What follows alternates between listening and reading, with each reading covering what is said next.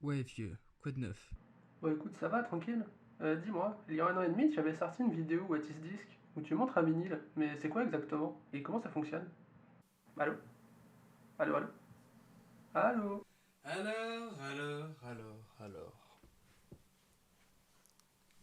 Histoire d'une invention sur le disque vinyle. Allez, c'est parti. Le disque vinyle est un support musical fait en plastique vinyle. Mais comme son nom l'indique, connard! Merci bien. Enfin bref, en plastique vinyle comme je disais. Cette matière est un dérivé du pétrole. Et cette petite galette a une longue histoire derrière elle. Et elle commence en 1887 par la création du 78 tours par l'allemand Emil Berliner. Ouais, d'accord, mais Thomas Edison a créé quelques années auparavant un cylindre qui a exactement le même principe. Ouais, tu le fais bien de le souligner, car Emil Berliner a créé un disque plat, qui s'appelle le 78 tours, alors que Thomas Edison, lui, a créé un support permettant d'enregistrer et de lire de la musique, mais sur des cylindres en cire. Mais ce qui va plus nous intéresser aujourd'hui, c'est le disque plat, le 78 tours, qui est l'ancêtre du vinyle que l'on connaît tous, le 33 tours. Alors, le 78 tours, lui, a coulé des jours heureux jusque dans les années 40. Et il lui arrivait quoi à ces 78 tours? Bah, il y a eu la Seconde Guerre mondiale et la résine qui était utilisée pour ce disque, qui s'appelle le shellac, est devenue extrêmement chère.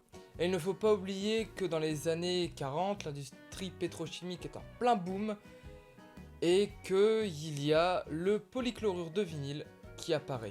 Le vinyle, comme nous le connaissons aujourd'hui, comme j'ai là derrière, est lui apparu en 1946 grâce à la société Columbia Records.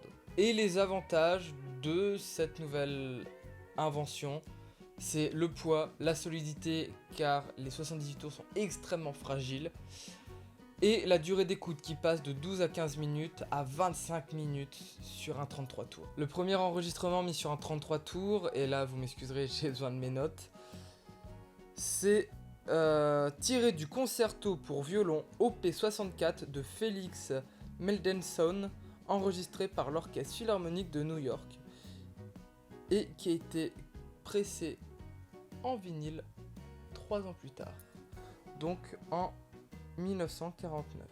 En 1949, un disque beaucoup plus petit, que l'on appelle le 45 tours, a été créé afin de pouvoir être mis dans des jukebox ou qui permettait à la population d'acheter des disques beaucoup moins chers. Et c'est en 1951 que la firme Pathé Marconi presse le premier 33 tours en France sur lequel étaient inscrites les bandes d'Eddie Barclay. Et si Berkeley? C'est qui? Et Eddie Barclay, c'est lui. En 1958, pour le plus grand plaisir de vos esgourdes, le disque stéréo a été créé. Et le plus fou dans cette histoire, c'est que le disque stéréo a été créé en 1931 par des ingénieurs de la BBC sur un 78 tours. Mais c'est totalement con, 27 ans pour pouvoir lire une technologie qu'ils ont eux-mêmes créée, 27 ans? Et encore, t'as pas tout vu. Jusqu'à la création de la gravure universelle, quelques années plus tard, il y a vraiment eu très peu de marge. Euh, les disques mono ne pouvaient être lus que sur des lecteurs mono et les disques stéréo ne pouvaient être lus que sur des lecteurs stéréo. Alors, jusque dans les années 80, le vinyle coule des jours idylliques. Mais c'est sans compter sur la création du CD par Philips et qui fait que le vinyle tombe dans l'oubli et commence à être remplacé tout doucement par le CD. Dans les années 90, le vinyle a presque été totalement enterré. C'est sans compter sur quelques artistes qui ne l'ont jamais oublié, qui ne l'ont jamais abandonné, qui ont continué à vendre des vinyles. Et il faut pas oublier non plus les DJ, qui ont continué à mixer sur du vinyle et qui ont fait que il a continué quand même à vivre dans les années 90-2000. Et pourtant, depuis peu, le vinyle revient. Et oui, et même plutôt bien, car depuis environ 2012, la vente des vinyles ont explosé et ont permis de l'année telle qu'on le voit aujourd'hui. Si on prend que l'exemple d'il y a 10-15 ans, dans les rayons, on ne voyait presque plus aucun vinyle. Et aujourd'hui, presque tous les supermarchés, tous les magasins ont du vinyle en stock. Et ils ont de tout, du récent comme de l'ancien. Dis-moi, il y a des mots que j'ai pas compris. Tu peux me les expliquer? Bon, je vais faire simple, je vais t'expliquer le jargon, histoire que tu comprennes tout. Donc le 78 tours est un disque de 25 à 30 cm qui tourne, comme son nom l'indique, à 78 tours. Le shellac, c'est une résine d'insecte, tout simplement. Le 33 tours, c'est un disque vinyle qui tourne, comme son nom l'indique, à 33 tours. Enfin, c'est pas vraiment 33 tours, c'est 33 tours à un tiers. Le 45 tours, comme on peut le voir, il est beaucoup plus petit et généralement il contient, comme on peut le voir, une piste. Il peut en contenir plusieurs. Il est beaucoup plus petit que son grand frère, le 33 tours. Alors lui il tourne plus vite, il tourne à 45 tours. Les bootlegs, bon là je ne possède que un 45 tours, mais il existe aussi en 33 tours. Ce sont des disques sur lesquels il y a bien souvent des lives. Ce sont des disques qui ne sont pas officiels, pas disponibles à la vente. Ce sont souvent des prises qui ont été faites soit par le public ou soit directement dans la table du mixage par les ingénieurs son.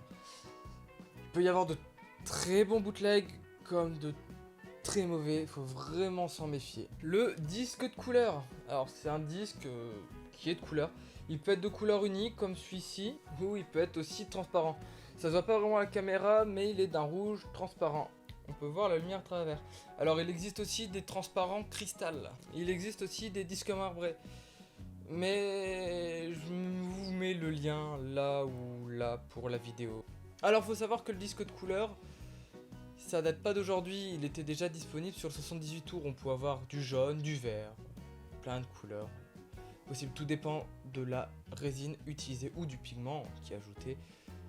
Nous avons aussi les picture disques, comme ce magnifique disque d'Elvis Presley. Alors, petite originalité sur celui-là, c'est que c'est aussi un disque de couleur. Le shape disc, c'est un disque qui a une forme de forme. Je vous mets une image ici, parce que je n'en possède pas. Le disque souple, comme son indique, c'est un disque qui est totalement souple. Alors, pour pouvoir lire ces disques, je vous déconseille vraiment de poser à même sur la platine. Généralement, il est conseillé de faire la lecture en le plaçant sur un autre vinyle. Le sillon. Alors, le sillon, je sais pas si vous allez voir. Le sillon, ce sont les petites stries que vous voyez là tout le long. Et c'est ni plus ni moins que la musique. Ensuite, il y a la pochette. Bon, je vais pas vous faire l'affront de vous expliquer ce que c'est une pochette. Hein. Et il y a la sous-pochette dans laquelle est rangé le disque. Ah, je comprends mieux, mais tu m'as toujours pas expliqué comment fonctionne le vinyle. Ah, justement, j'allais y venir à comment lire un vinyle. J'avais pas oublié ta question. Alors, tu t'en rappelles, j'ai expliqué ce que c'était un sillon. J'ai expliqué que le sillon, ça faisait des petites bosses sur le vinyle et que c'était la musique en elle-même qui était gravée dessus. Les platines vinyles sont équipées d'un tout petit diamant ou stylus et on vient poser ce dernier dans l'estrie. Et le fait qu'il passe dans l'estrie, ça va le faire vibrer et ça va permettre au son de sortir. Merci pour ton explication, à plus yeux. En tout cas, j'espère que cette vidéo vous aura plu et je vous dis à bientôt sur Stout. Donc pour conclure cette vidéo, d'abord je tiens à m'excuser pour la qualité du son de mon micro. Il n'est pas vraiment de bonne qualité ce micro là. Et surtout je coupe pour vous dire de ne pas prendre forcément ma vidéo pour acquise. Surtout qu'il manque plein d'éléments dans ma vidéo. Renseignez-vous au maximum vis-à-vis des liens que je mets dans la description. Et aussi faites vos propres recherches. Si vous avez la flemme de faire des recherches, je vous propose une série de chaînes YouTube qui s'y connaissent beaucoup mieux que moi dans le milieu du vinyle. J'en ai appris beaucoup sur leur chaîne, donc je vous conseille vivement de la regarder. Je vous remercie encore une fois d'avoir regardé cette vidéo et je vous dis à très vite sur Stout.